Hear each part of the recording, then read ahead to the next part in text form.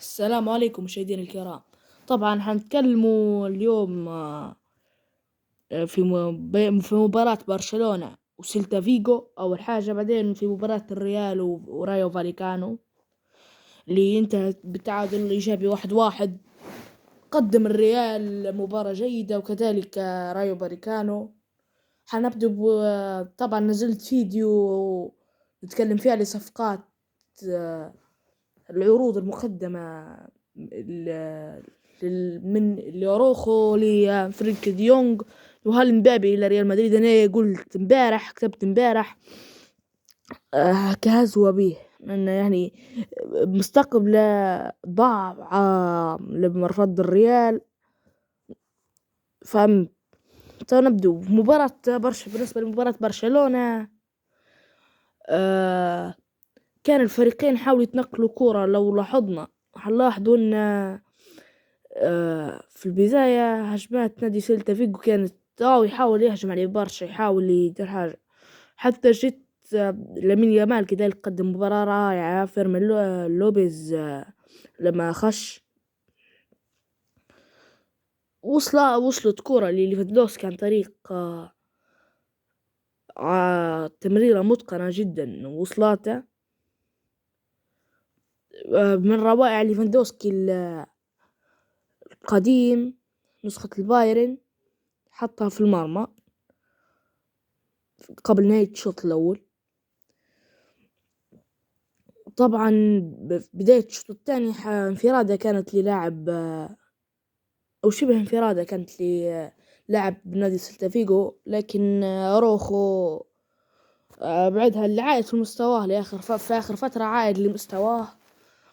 هنتكلم عليها هدف برشلونة الثاني اللي جاء ركلة جزاء. الحارس كان يعني يتقدم في المرة الأولى، فالحكم طلب منهم إعادة. ليفاندوسكي الأولى ضيعها لأن الحارس تقدم وكان بإمساكه تقدم على الخط، وفي قوانين كرة القدم تقدم على الخط تعاد ركلة الجزاء. في الثانية ليفاندوسكي استطاع وضعها، وهيك تكون ملخص بمباراة برشلونة تم. هنتكلموا في مباراة ريال مدريد ورايو فاليكانو. والريال بدأ انه يحاول يهجم بلينغهام وحاولوا بدأت خوسيلو كورتين، كرة راسية وتسديدة. بدوا يهجموا ويقدموا يعني في كل ما عندهم، حتى انه او قدر خوسيلو يجيب كرة من تمريرة متقنة. قالوا ان الهدف تسلل وهيك، لكن صحيح بروح قلت صحيح، انزلق على الكرة وخش هدف. بالنسبة لركلة جزاء رايو فاليكانو، في اللي يقول مش صح في اللي يقول مش صح، لكن اللي صح صراحة صحيحة واضحة. طبعا سددها جت في يد اللاعب، فواضحة ركلة جزاء، وما كانتش ورا ظهره، كان هو ماد عليه وجهه باش يحاول يدافع عليه وجهه، من غير لف ودوران ركلة جزاء. استطاع نادي رايو فاليكانو تسجيل الهدف. طبعا حنتكلموا على موعد مباراة برشلونة ونابولي الجديد اللي هو يوم 21 فبراير. والتوقيت ما تغيرش، نفس الفيديو اللي فات اللي نزلته. وهيك نكون كملت هذا المقطع.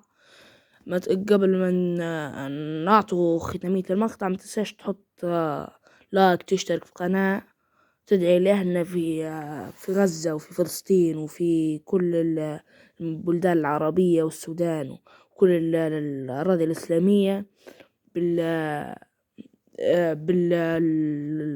ربي ينصرهم على العدو الغاشم، وربي يخدف السكينة في قلوبهم يا رب العالمين. وطبعا تشترك في القناة، نبو نوصلوا 300 مشترك قبل انتهاء شهر فبراير. مع السلامة.